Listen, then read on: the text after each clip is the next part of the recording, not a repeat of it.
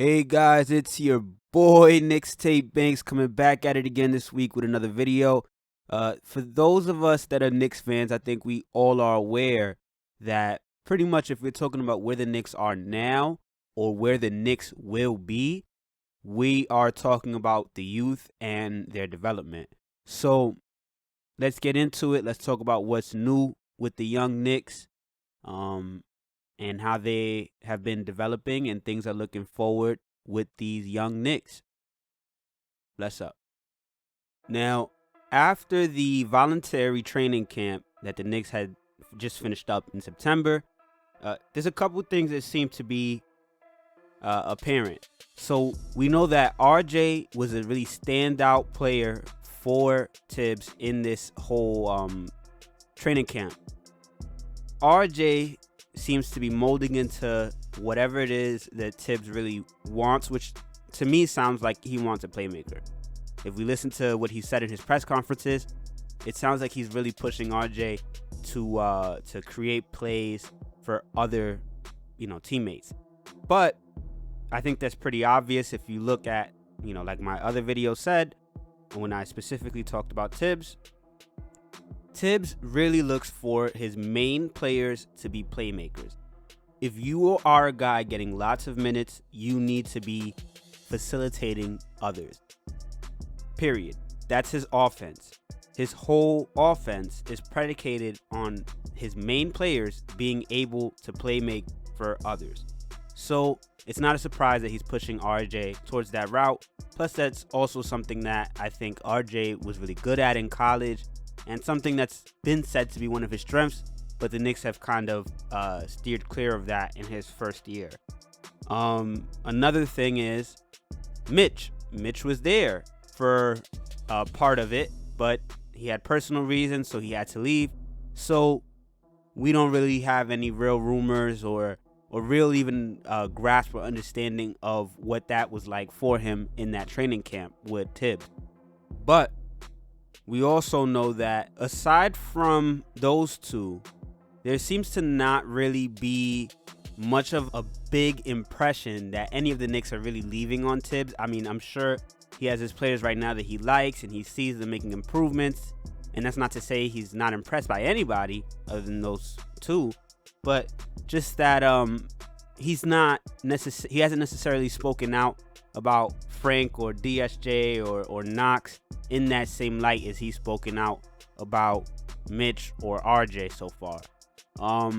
So I think there's a possibility that Frank and any one of those players, Knox, DSJ, whatever, is actually making an impression on him.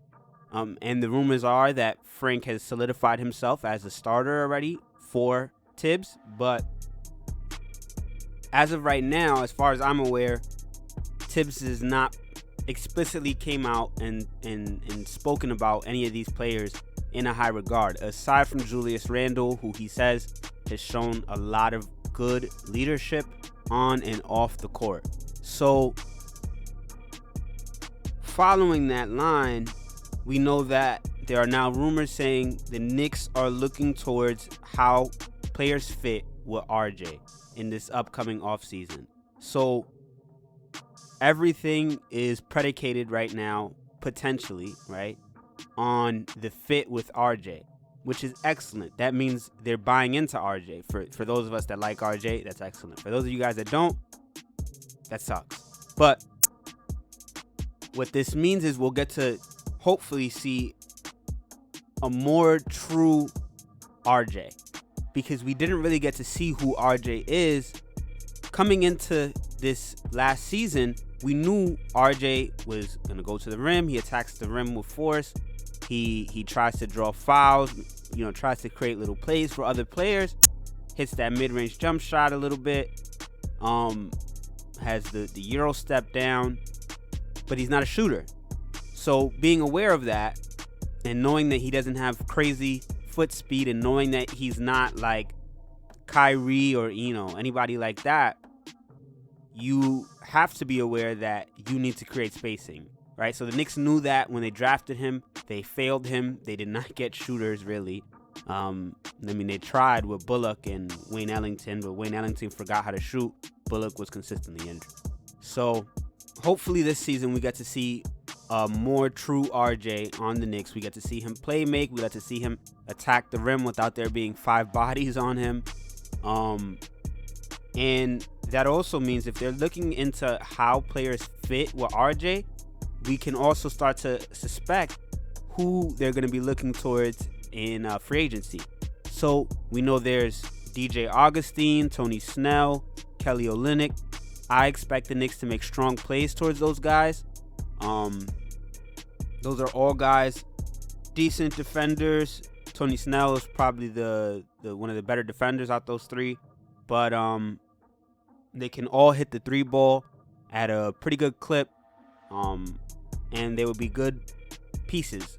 Not to say that they're gonna be, we're gonna pay them, 15 mil each.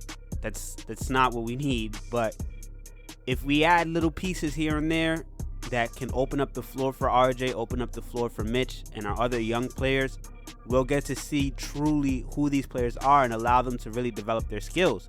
Because if every time you go to the rim, everybody's defender is on you because nobody can shoot, how are you supposed to develop?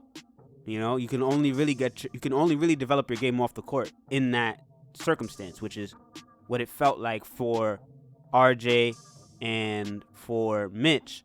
But RJ did a really good job of improving as things went along, which just goes to show his perseverance.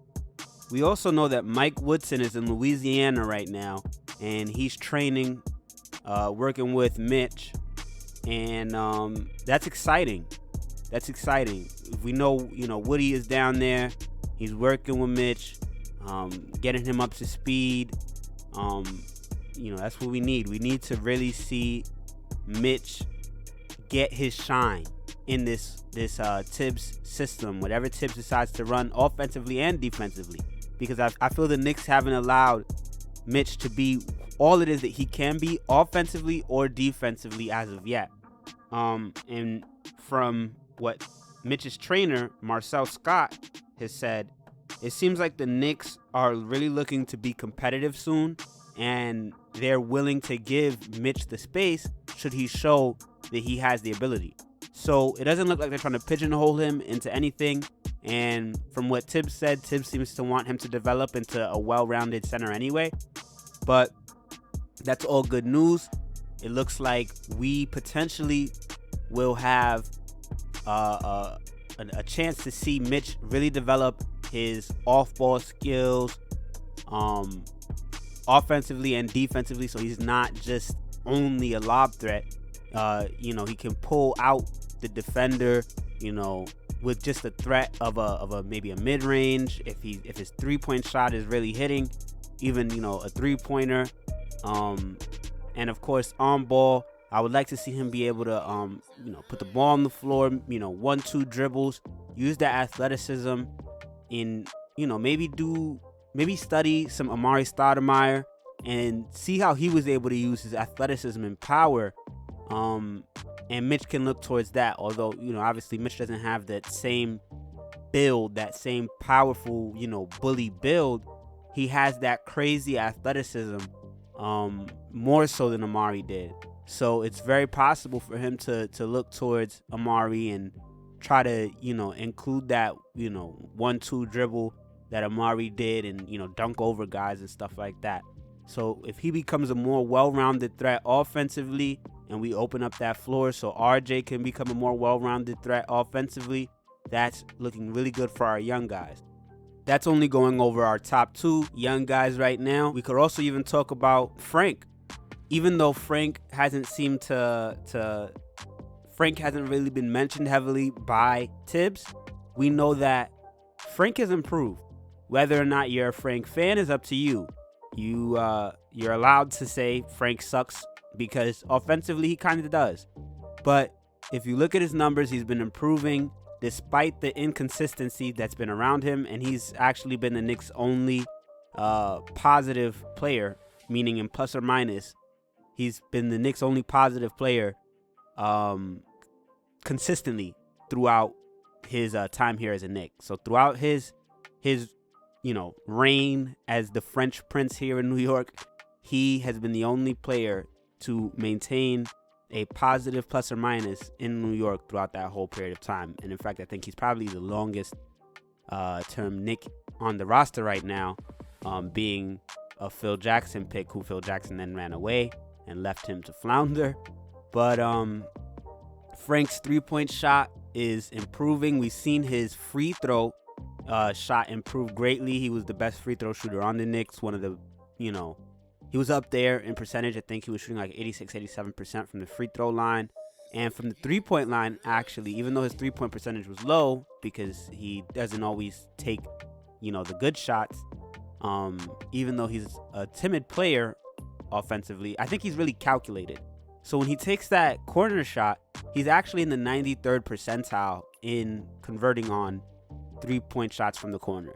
So I think, again, we know that Tibbs is looking to include that corner three, and Frank shoots over 52% from that corner three, and RJ is in that kind of realm too, where he's overall a bad three-point shooter, but when he shoots from his spots, he's actually one of the most effective players from his spots.